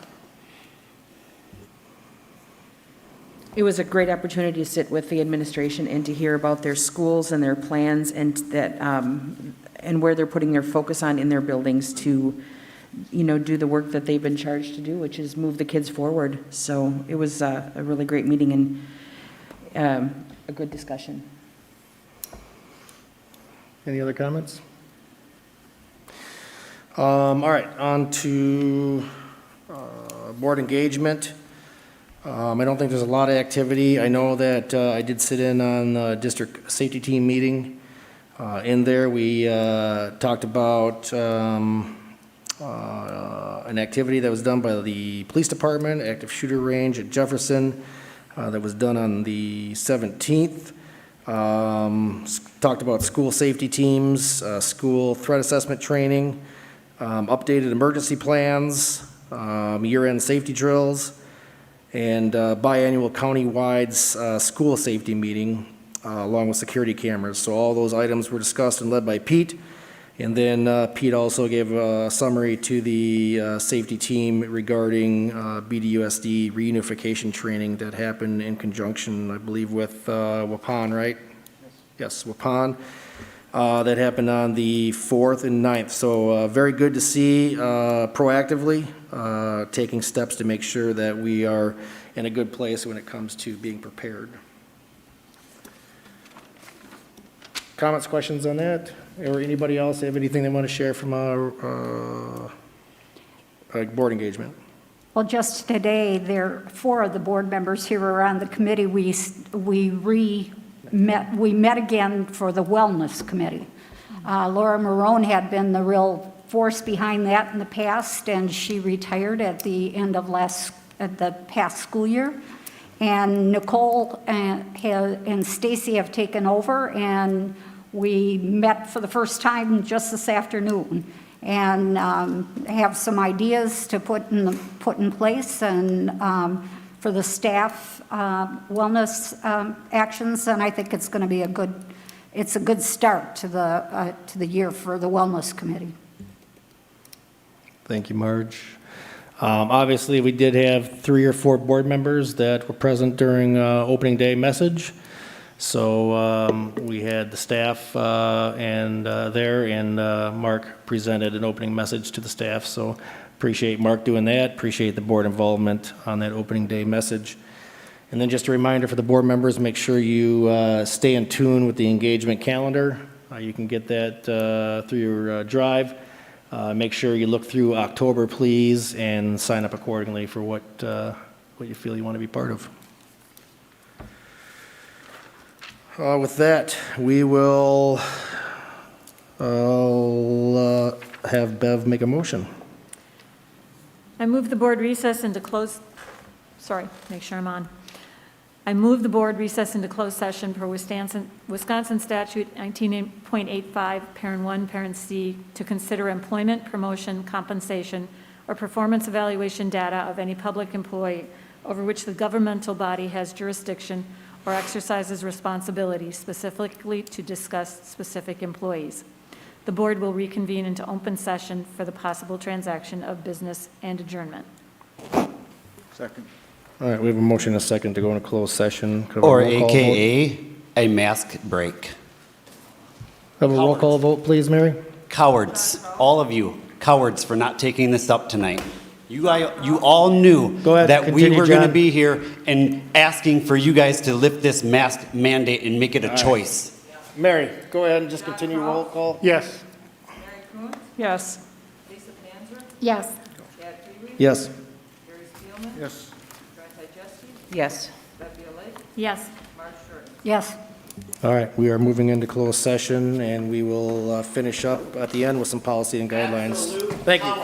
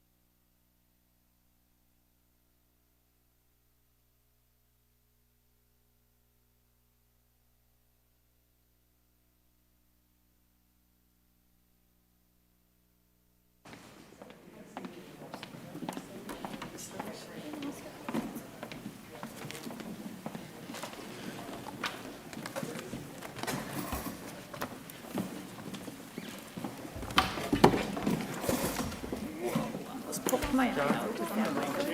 I'll switch it if you want. Do I get the acreage too?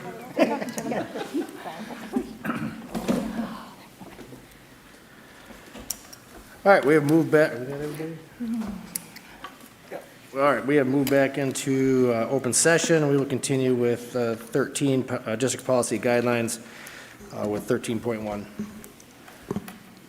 Oh, we need. I'm here. Oh, you're It's here. me, yeah. Sorry to disappoint. I have 3 resignations for your consideration of approval this evening. I move the board approve the resignations as presented. Second. All right, we have a motion and a second to approve the resignations as presented. All in favor? Aye. All those not, same sign. All right. All right, we have 4 leaves of absence for you to consider. I move the board approve the leaves of absence as presented. Second. Motion and a second to approve the leaves of absence as presented. All in favor? Aye. All those not, same sign. Okay. And we have 7 appointments for your consideration. Ed Hupp at Wilson Elementary, Mara Jonette, speech and language. Mandy Nisheim, counselor. Rose Primo, teacher at the middle school. Cassandra Roning, special education teacher at Jefferson. Jane Schuett, teacher, math teacher and ELA teacher at the middle school. And Allison Volaire, associate principal, middle school. I move the board approve the appointments as presented. Second.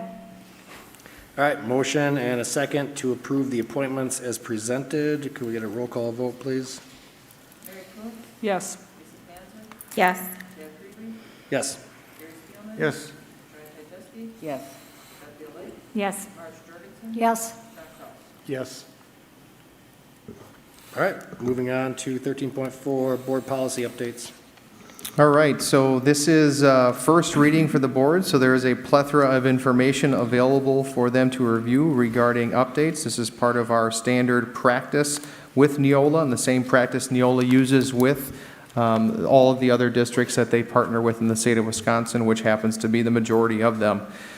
In this particular season of updates, there are 46 different policies that received updates, albeit many of them minor adjustments.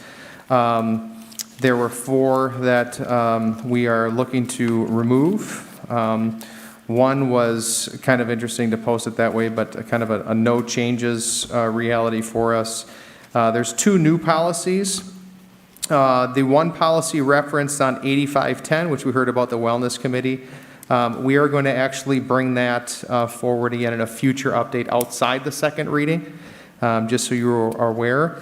And then specific to this particular update, there are actually 15 policies that are receiving updates and 3 new specific to non-discrimination harassment. That was kind of the focus arena of the Neola updates around those particular areas. And then we're also looking at, which the board doesn't have to act on, but administrative guidelines, 11 administrative guideline updates and 4 that would be removed. There are a number of technical corrections that the board doesn't need to worry about relative to semantics or other things that the attorneys from Neola have reviewed that don't necessarily change the meaning, intent, or spirit of the policies, but just are a better way of communicating them. So those technical corrections the board doesn't have to be concerned with. But nonetheless, it is a robust policy update to consider and review. This serves as the first reading. So the board has the opportunity over the next few weeks to reach out if you want anything clarified or elaborated on. Please don't hesitate to reach out to myself or Mary, and we will support your inquiry. Thank you.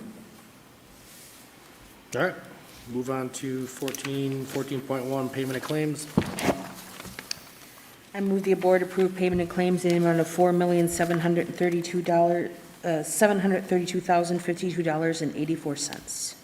Second. All right, we have a motion and a second for payment of claims. Roll call vote, please. Yes. Yes. Yes. Yes. Yes. Yes. Yes. Yes. All right, I will entertain a motion for adjournment. Also move. Second. A motion and a second for adjournment. All in favor? Aye. All those not, same sign.